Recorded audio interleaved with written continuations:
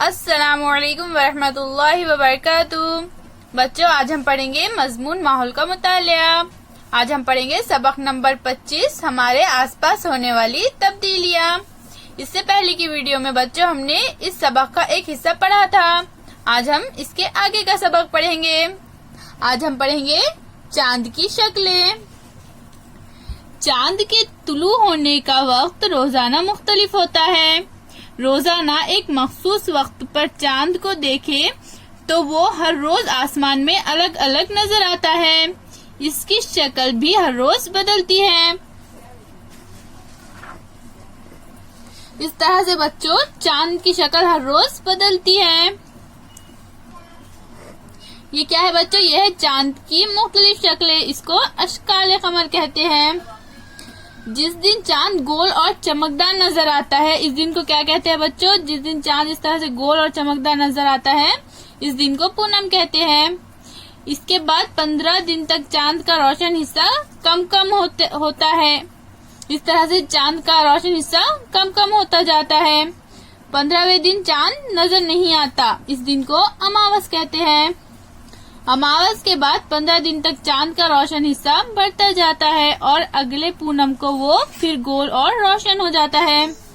इस तरह से बच्चों पहले क्या होता है? पहले चांद का रोशन हिस्सा कम कम होता जाता है और 15 दिन के बाद चांद हमें नजर नहीं आता। इस दिन को क्या कहते हैं? अमावस।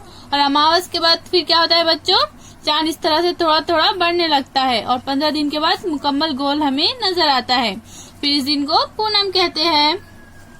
हर रोज चांद की मुख्तलिफ शक्लें दिखाई देती हैं। इन शक्लों को चांद की शक्लें कहते हैं।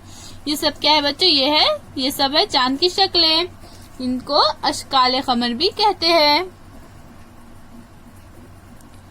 इस सबक में हमने क्या सीखा बच्चों? हमने क्या सीखा?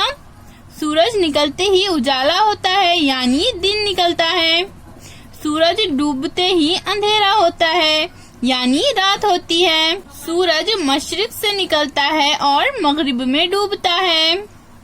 सुबह साए मगरिब की जानिब होते हैं और लंबे होते हैं। सूरज सर पर आते ही साए बहुत छोटे हो जाते हैं। शाम में साए दोबारा लंबे हो जाते हैं और मशरिक की जानिब होते हैं। जानदारों की जिंदगी दिन और रात से जुड़ी होती है।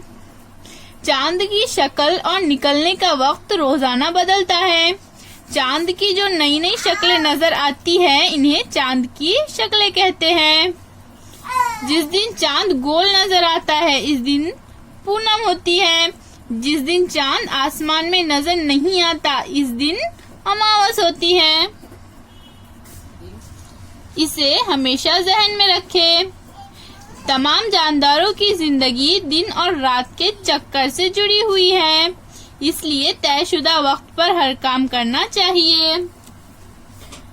फिर मिलेंगे बच्चों। अल्लाह हाफिज।